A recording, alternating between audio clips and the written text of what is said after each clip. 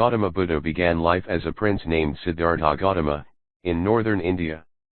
At 12, he was sent away for schooling in the Hindu sacred scriptures, and 4 years later he returned home to marry a princess.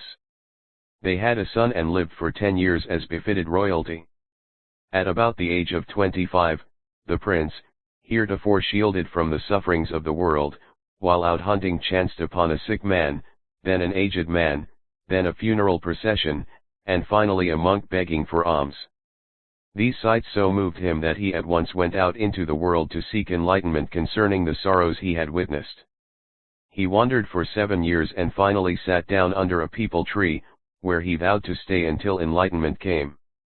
Enlightened after 7 days, he renamed the tree the Bodhi tree, tree of wisdom, and began to teach and to share his new understandings. At that point he became known as the Buddha, the awakened or the enlightened. The Buddha preached his first sermon at the city of Baneras, most holy of the dipping places on the river Ganges. That sermon has been preserved and is given here. It reflects the Buddha's wisdom about one inscrutable kind of suffering. Kisa Gotami had an only son, and he died. In her grief she carried the dead child to all her neighbors, asking them for medicine, and the people said, "She has lost her senses. The boy is dead."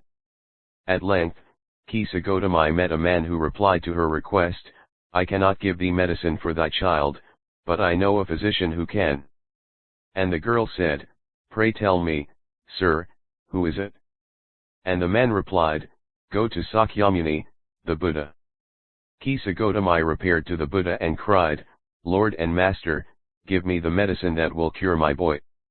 The Buddha answered, "I want a handful of mustard seed."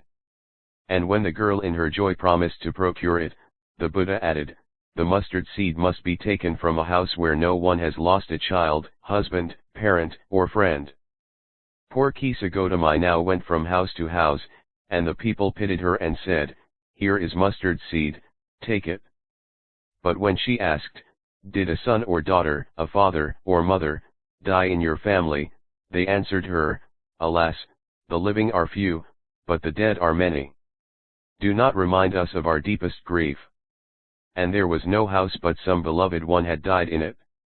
Kisa Gotami became weary and hopeless, and sat down at the wayside watching the lights of the city, as they flickered up and were extinguished again. At last the darkness of the night reigned everywhere.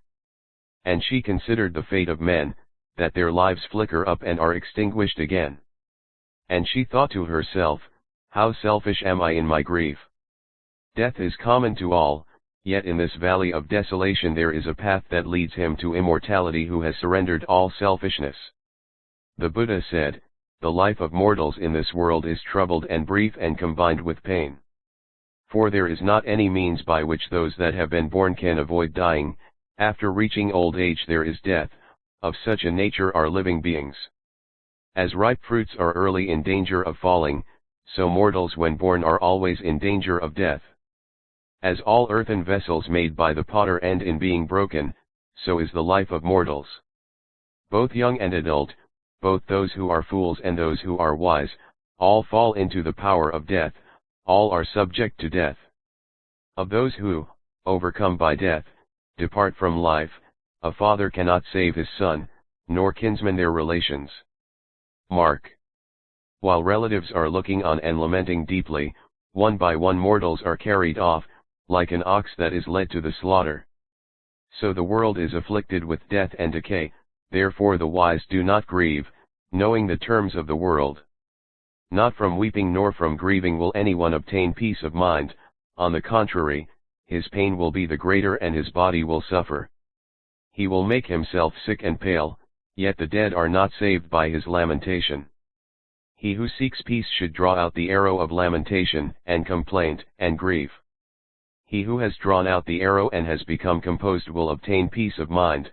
He who has overcome all sorrow will become free from sorrow, and be blessed. Like, share and subscribe. Don't wait, do it fast.